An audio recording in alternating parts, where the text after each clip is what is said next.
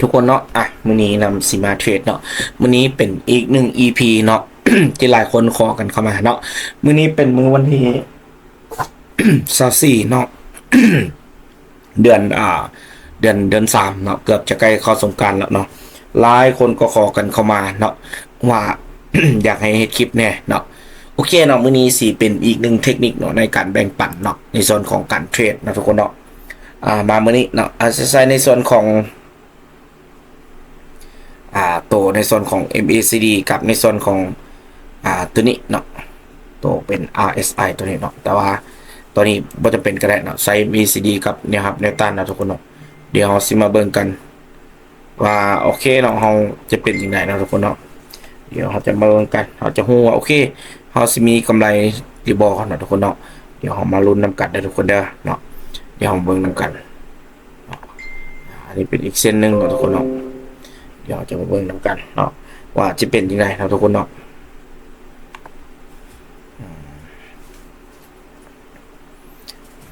ตัวนี้เนาะเดี๋ยวเราพาเส้นหน่อยนึงเนาะนะครับแม่ตาดีๆเนาะทุกคนเนาะเราสิฮู้ว่าโอเคเนาะ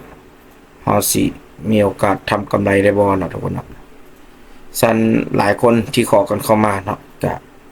พยายามเนาะการเทรดหรือว่าการลงทุนมันก็มีความเสี่ยงเนาะเอิ้นว่าบ่แนะนำเนาะหรือว่าสักส่วนในไผมาลงทุนแต่อย่างใดเนาะแต่สำหรับไผที่อยากจะลงทุนเนาะแนะนำว่าให้ศึกษาให้ดีก่อนการลงทุนทุกๆครั้งแหละเนาะทุกคนเนาะโอเคเนาะเดี๋ยวเรามาเข้าออเดอร์กันนะทุกคนเนาะแน่นอนเนาะนำจะบริหารเงินตามที่ว่าคือนำได้บอกไว้เนาะวิธีการบริหารเงินของนำเนาะสิเป็นแบบนี้เนาะโอเคเนาะก็คือตัวอย่างเขามี1,856เนาะนำจะเอามาหารเนาะเอามาหารให้เนาะ2ก่อนเนาะแล้วเท่ากับเท่าใดนี่ก็คือเป็นพอร์ตสำรองเนาะวิธีการนี้จะเป็นการบริหารค่อนข้างว่าโอเคเนาะทุกคนเนาะ1,856เนาะหาร2เนาะจะเท่ากับอยู่928เนาะทีนี้เนาะเราก็928เนาะมาหาร928เนาะมาหารให้จำนวนอันเอิ้นว่าในส่วนของเป็นพอร์ตเฮาเนาะเขาจะแบ่งออกเป็นอยู่เอิ้นว่า4พอร์ตเนาะหาร4เนาะหาร4ก่อนเนาะทุกคนเนาะมันจะเท่าใดเนาะแล้วเขาจะเอาจำนวนเรานั้นมาบริหารเนาะหาร4เนาะอาจจะได้อยู่232เนาะ32นำมาจาก232นี่เนาะก็คือเอามาแบ่งเนาะเอามาแบ่งในการเลเวอเรจเงินเนาะเนาะ232นี่เนาะยกตัวอย่างนำสิเดือนเงินเนาะเอิ้นว่าใน 10% เนาะคูณให้ 10% เนาะตัวนี้จะเป็นคูณให้ 10% เนาะ 10% เนาะ 10% เนาะเท่ากับอยู่23เนาะนับจากอะไรเป็น24เลย2324เหรียญเนาะ24เหรียญเนาะแสดงว่านำจะออเดอร์ที่ออเดอร์ที่1นั้น24เหรียญเนาะแต่ว่านำจะบ่เลยคูณเงินขึ้นหลายเนาะนำจะตัวอย่างว่า24เนาะ24ออเดอร์ที่2ก็คูณ2ใส่เนาะออเดอร์ที่2ก็ประมาณ57เนาะการเดินเงินก็จะประมาณนี้เนาะตัวนี้เนาะ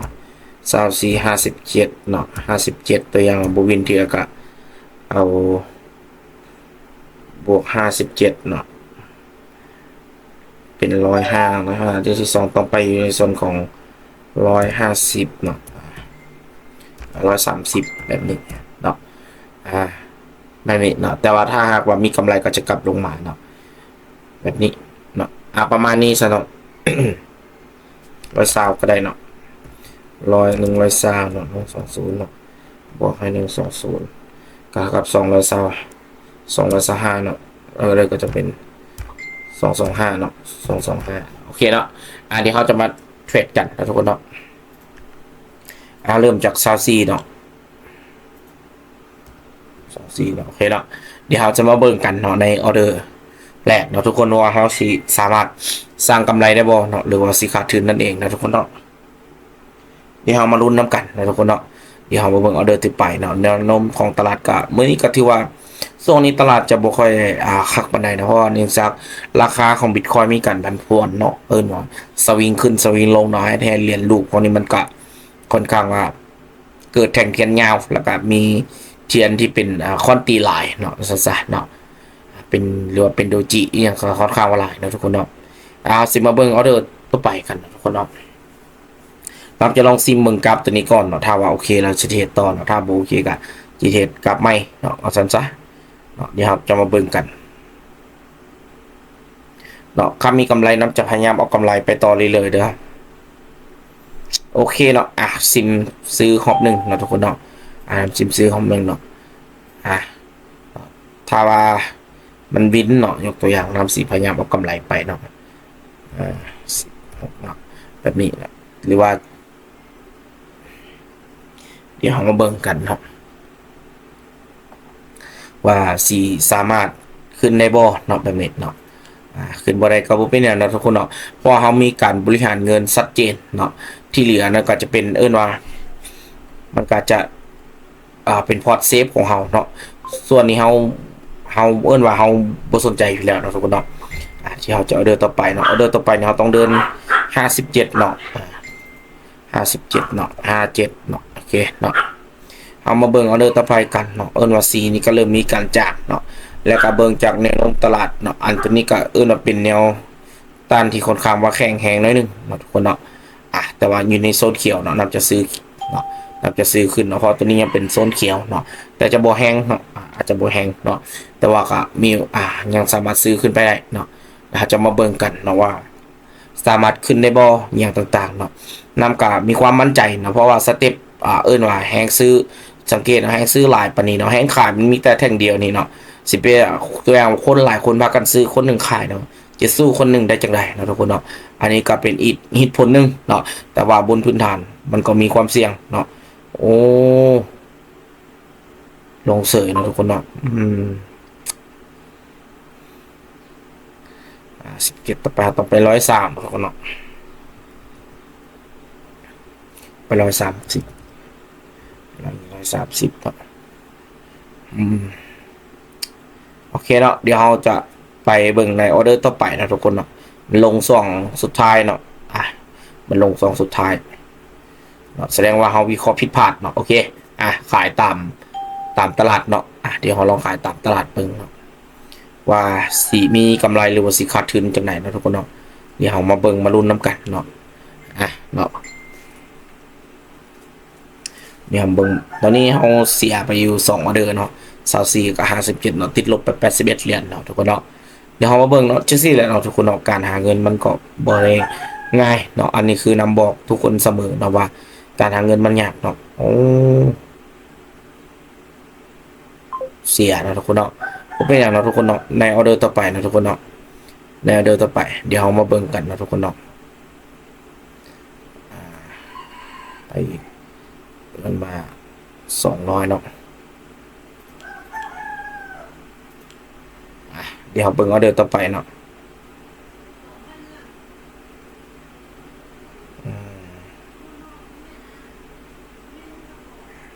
โอเคขายอีกคอมหนึ่งเนาะทุกคนเนาะโอ้บ่ออกสำหรับทุกคนเนาะมั่นใจอยู่นะออเดอร์นี้เนาะบ่ออกซ้ำยาวไหมเนาะโอ้แสดงว่าตลาดนี้ต้องรับประเทศยากเนาะทุกคนเนาะเดี๋ยวเราเบิ่งออเดอร์ต่อไปนะทุกคนเนาะว่าสิเป็นจังได๋นะทุกคนเนาะสิมีกำไรบ่หรือว่าสิขาดทุนอีหยังต่างๆเนาะเดี๋ยวมาลุ้นน้ำกัน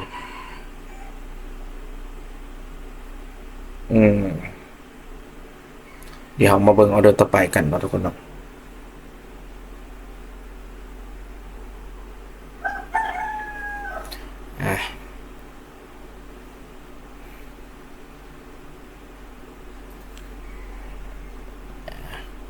ขายไปเนาะ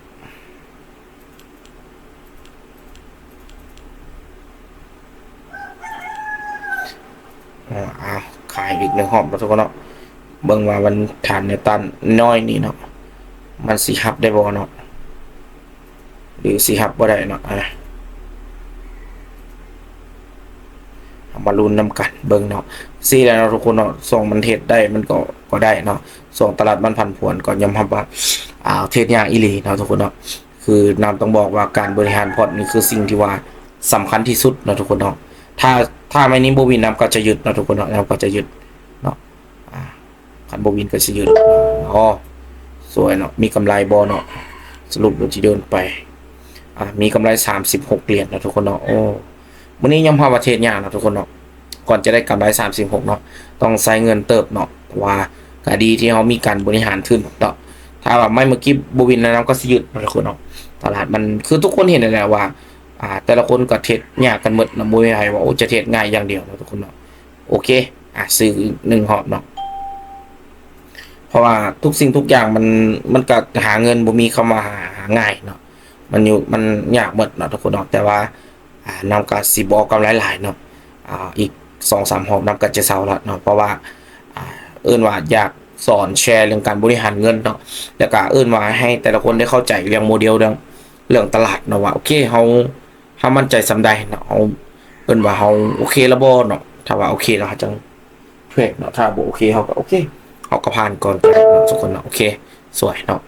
ตอนนี้ก็กำไรมาอันนี้แหละเนาะทุกคนเนาะเอาเงินหลักพันมาแลกกับเงินหลัก10เนาะกำไร59เหรียญเนาะว่าเดี๋ยวนี้นำกับค่อนข้างเซฟเนาะเรื่องการบริหารทุนเนาะให้มันหลายเนาะเพราะว่าวินัยคือสิ่งที่สำคัญที่สุดเนาะถ้าหากว่าเขาขาดวินัยโอกาสที่เขาจะเสียก็จะค่อนข้างว่าสูงโอเคซื้อขึ้นอีก1หอบเนาะทุกคนเนาะเขาก็จะเดินเงินตามที่แผนที่เขาวางไว้ให้แล้วเนาะทุกคนเนาะสังเกตเนาะถ้าว่าโอ้คนทุนน้อยนี่สิเอาว่าสิเอากำไรหลายนี่นำว่ายากเนาะแต่หลายคนที่เฮ็ดได้นำก็ดีใจนำแต่สำหรับมาฮอดวันนี้เนาะมันความเสี่ยงมันสูงเนาะนำกับบ่อยากประกันนั้นเนาะคือส่วนเมื่อกี้เนี่ย1 2 3ไม้4ไม้นี่เขาเข้าบ่ได้นี่เอาเขาบ่ได้ส่งเข้าบ่ได้ก็ง่อยเนาะโอกาสที่เสียก็จะหลายนะทุกคนเนาะ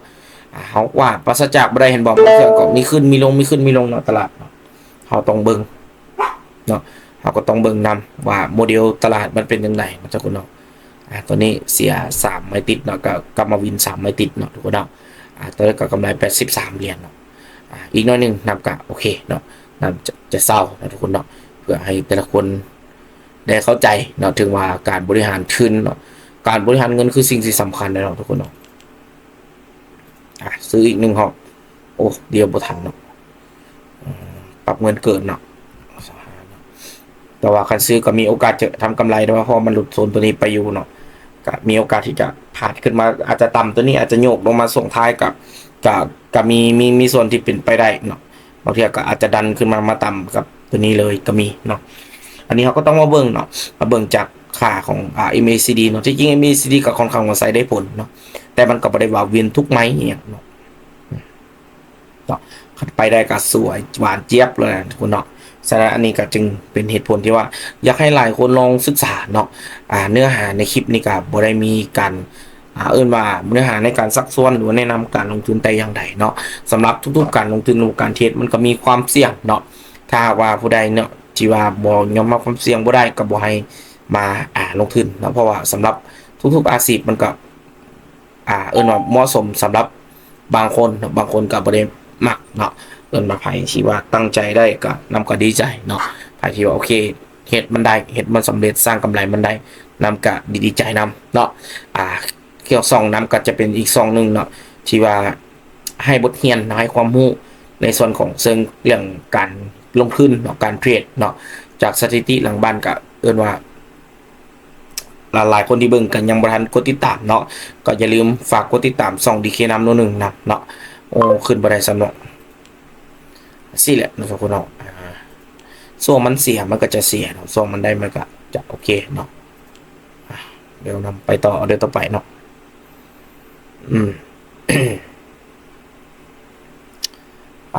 อันนี้แหละเนาะฉะนั้นใครที่จะเทรดจะลงทุนเนาะคันมันยอมรับความเสี่ยงได้กับการลงทุนศึกษาเบิ่งกับบ่เป็นหยังเนาะเอาบ่มักเฮากับบ่เทรดเนาะแบบนี้เป็นต้นเนาะนี่ศึกษาเนาะทุกคนนี่ศึกษาเนาะสำหรับคลิปนี้ก็จะเอาประมาณนี้แหละเนาะทุกคนเนาะมันบ่ออกระยะเนาะนำเอากำไร58เหรียญก็พอเนาะ ให้ทุกคนได้เห็นเนาะสำหรับคลิปนี้ว่ากันมาเท่านี้เนาะแล้วพบกันใน EP ต่อไปอย่าลืมติดตาม2 DK นำนูนเด้อสำหรับคลิปนี้บ๊ายบายแล้วพบกันใหม่